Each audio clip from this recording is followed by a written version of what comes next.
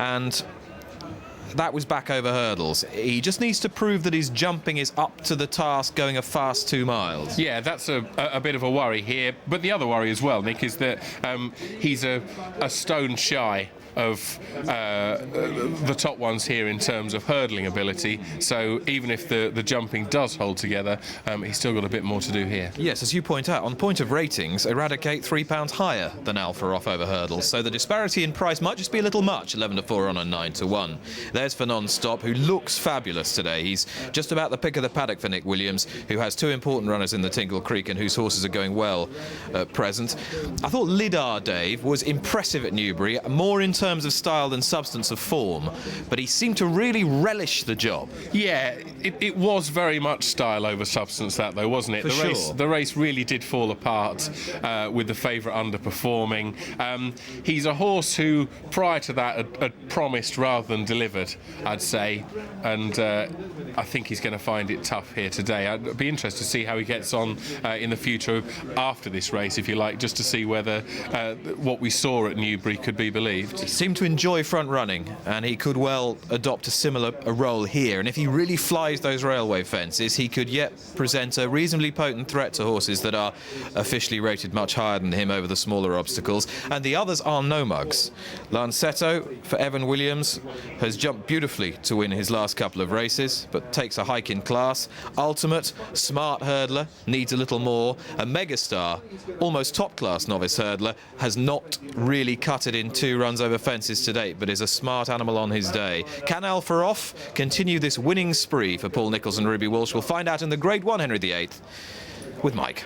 And racing for the Markel Insurance Henry VIII Novices Chase. This Grade 1 race underway now with Lancetto leading them towards the first of 13 fences.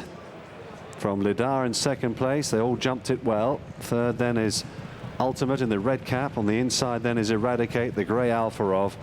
And then the red colours are for Non-Stop, and held up at the back of the field is Megastar. Onto the open ditch, and all jumped it well. Megastar just left his hind legs in it a touch, but no damage done. So settling down, Lancetto and Paul Maloney lead by 3 lengths to Lidar and Charlie Huxley. Then a break of a similar margin then to Ultimate and Danny Cook, who races just in front of Ferof and Eradicate. Ruby Walsh and David Bass already on the score sheet this afternoon. For Non-Stop, Noel Feely held up at the back of the field in the red colours, and Megastar and Josh Moore are last. So reaching the top of the hill, Lancetto being held together as they head down towards the only fence on this part of the track, number 3 here. In second place is Lidar, with Ferof now just about poaching third. In between them is Eradicate, with Ultimate on the outside for Non-Stop, and Megastar at the back of the field. A potentially tricky fence this, and we'll see how they get over it. Mistake by Eradicate.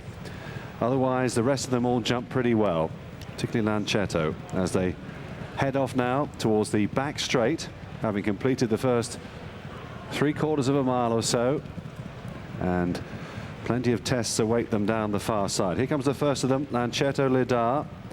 All jumped it well. Megastar just finding the pace a bit hot for him at this stage. On they go towards fence number 5. Ferof, beautiful jump. Ferof third, Eradicate fourth for Non-Stop. And then comes, hanging on to them, Ultimate as they go to the open ditch. Ultimate just losing a little bit of ground on the leading 5 now. Just seeing Megastar 10 lengths behind Ultimate as they go now towards the water jump down the back straight. Lancetto, Lidar and Ferof, with Eradicate poised in 4th spot as they take the water.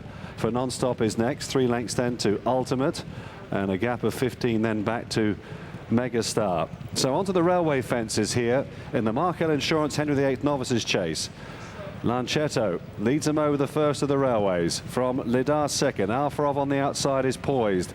The grey for Ruby Walsh. Then comes Eradicate, who hit that fence quite hard. Mistake by Ultimate, quite a bad one towards the back there. As they go towards the last on the far side, then Eradicate also made an error at that particular fence. That was 4 from the finish. Ferof drawing alongside Lancetto. Lidar 2 lengths away third. Eradicate then for Non-Stop. And these 5 have drawn clear of Ultimate now in 6th place, with a yawning gap then back to Megastar in 7th. And now the race is really on, because they're coming down towards the last 3 fences here in this Grade 1 contest. And Ferof, the odds-on favourite, swinging off the bridle for Ruby Walsh. Still, though, Lancetto ploughs on, just about the advantage being held by him. Eradicate's trying to come back at them. Lidar's yellow cap for non-stop is poised behind them. 3 out. Ferof touches down. Eradicate, a bad blunder. Surely that's one blunder too many for him. And it's Ferof who motors to the front in impressive style as he turns around towards the last 2 fences. Here's Ruby Walsh and Ferof. Another great leap by the grey. Now for non-stop, goes into 2nd place. He's got 2 lengths to find on the odds-on favourite. Lancetto back in 3rd. 1 more fence to go. Here's Ferof coming towards it now. And he jumped it well. For non-stop is after him though, chasing him down. Ferof here for non-stop, who's closing with every stride. Ferof pulling out a bit more for non-stop to within half a length. Ferof for non-stop, to the line they go. Ferof bravely held on and wins the Henry VIII. From for non-stop in 2nd, they were clear of Lancetto 3rd. Then Eradicate 4th, whose jumping wasn't that great. Lidar next, Ultimate, and then Megastar last. Terrific finish to the Grade 1, a newly upgraded Henry VIII Novices steeplechase. Ferof has justified short odds favouritism. In so doing has given Paul Nicholls and Ruby Walsh yet another Saturday double with the promise of more riches to come. But for non-stop has made him pull out nearly every stop in 2nd place and has confirmed himself a horse of real promise for Nick Williams, whose string are really firing now. For non-stop, ridden by Noel Feely, a target on Walsh's back all the way round, and he emerged from the pack the most potent threat to the favourite, aboard whom Walsh was confident enough to send on quite a long way from home as we join them midway down the back, Dave. Yeah, that was a cracking run by for non-stop there, wasn't it? Those who took the 2 to 5 and the 4 to 11 about Ferof are now I should think pouring themselves a stiff drink. At this point, we've still got Lancetto in front. Push comes to shove on Lidar. Eradicate in the Spence colours just got close to too many fences in truth. Here Ferof eases to the front, but if you look about 4 lengths behind him in the red, there is Noel Feely on the runner-up for non-stop, and he hasn't been extended yet. It was a really good run. He ran a race full of promise at Cheltenham, and he's certainly confirmed it here. His jumping throughout was absolutely fine. They didn't go a particularly testing pace, did they, in that sense? But the first 2 have motored a long way clear. What was it, about a neck or a head between them at the line? Another mistake there by Eradicate sees him going to 5th place there, but now it's just that the first 2 really are rolling up their sleeves for a bit of a scrap as for non-stop goes past Lancetto. Here still between the pair there's a good 2 to 3 lengths, but still Noel Feely hasn't gone for everything on the runner-up, and it does get very serious for backers of Ferof. We mentioned beforehand that he made a pretty flawless debut over fences at Cheltenham, and obviously he's a Grade 1 winner of the Supreme Novices over hurdles, but he has to pull absolutely everything out here under pressure to get home by what looks like a neck from 4 non-stop, and they've motored a long way clear of the 3rd. And he just got in a little deep to the last. He jumped it well. He was clever, Ferof, but he showed great tenacity up the hill. And my belief, even though he was short odds and he only just won, Dave, is that he's almost enhanced his reputation, because granted a stronger gallop at 2 miles in a championship race, Ruby Walsh will just be able to wait that little longer. Yeah, I mean, your instinct when you see a 4 to 11 shot fight like this for victory, and for such a narrow victory, your immediate instinct is to think, oh well, that's a rather disappointing performance. But I completely agree with you. I would be much more inclined to give fulsome praise to the 2nd rather than grab the winner there.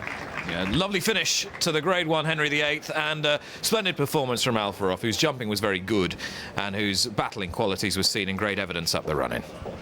He jumped particularly well, didn't he, Nick? 4 to 11 favourite, beats for non-stop 10 to 1 and all 7 ran.